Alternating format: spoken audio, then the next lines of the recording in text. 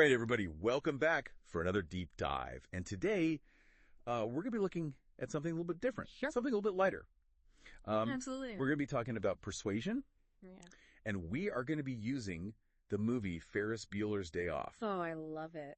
as our source material. Fantastic film. It's a classic. Yeah. I think pretty much everybody who's listening to this has probably seen Ferris Bueller's Day Off. Multiple times, probably. But we're going to be looking at it through a slightly different lens. Yeah. And the source material that we're using breaks down this really great scene where Ferris fakes a sick day. Right. And he does it using ethos, logos, and pathos. The 3 pillars of rhetoric. Yes, exactly. Going all the way back to ancient Greece. And the source material that we're using refers to this as Dr. Bobby, which is a character in the movie, but I think it's a really great way to think about it. Absolutely. Because Ferris is very, very good at what he does. Yeah.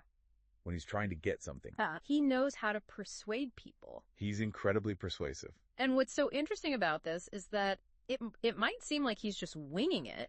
Right. But there's actually a method to his madness. He's tapping into these ancient techniques. Yeah. Even if he's not doing it consciously to get exactly what he wants. Yeah, and it's all about being convincing whether or not what you're saying is true. Yeah, exactly. So let's set the scene. Okay.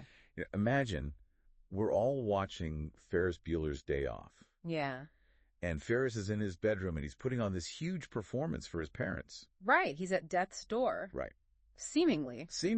But, of course, we, the audience, are in on the joke. Right. We know that he's faking it. Yes. And this is where ethos comes in. And this is the idea of, like credibility, trustworthiness. Why should somebody believe you? Right. And you might be thinking, wait, Ferris trustworthy? Exactly. But the thing about it, he's gotten away with this so many times before. Right. I mean, 9 times this semester alone, his parents have fallen for his tricks. So he's established a reputation.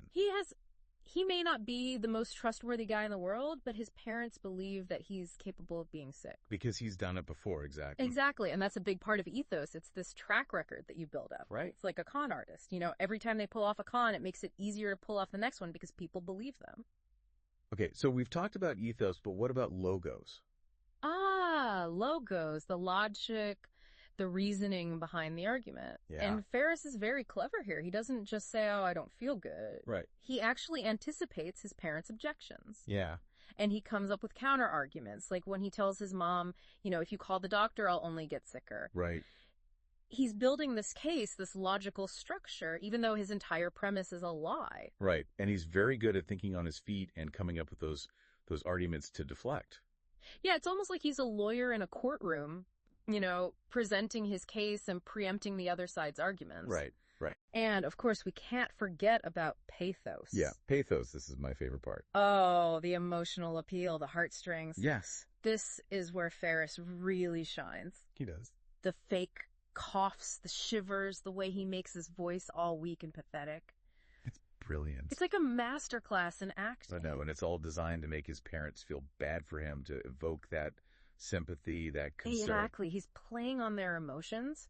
He knows that if he can make them feel guilty enough, they'll give in. And it works. It does. It's incredibly effective. It's so good. And it makes you think, we're focusing on Ferris here, but what about his parents? Right. What about their side of this equation? They're not just passive victims in all of this. Right. They have their own vulnerabilities, their own emotional buttons that Ferris is pushing. What do you think they are? Well, I think they're probably susceptible to appeals to their sense of responsibility. Okay. They want to be good parents. They don't want to let Ferris. And they also probably just want to keep the peace. They don't want to deal with a big fight. Right. So it's easier to just give in to Ferris's demands. So maybe Ferris has trained them.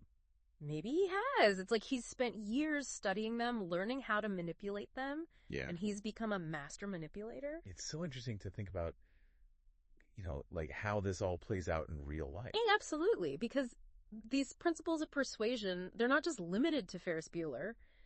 They're everywhere. Yeah. Think about advertising. Think about politics. Right. Think about your own personal relationships. We use these techniques all the time, even if we're not aware of it.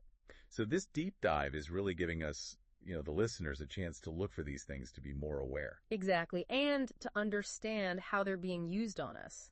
Because once you understand the techniques, you can start to see through them. So next time you watch Ferris Bueller's Day Off, pay attention to the persuasion that's happening. And see if you can identify the ethos, the logos, and the pathos. it will give you a whole new appreciation for the film. Absolutely. And it's, like I said before, it's really a masterclass. It is. He's a genius. He is. Okay. Thanks so much for joining me for another deep dive, everybody. And we'll see you next time. See ya. Bye.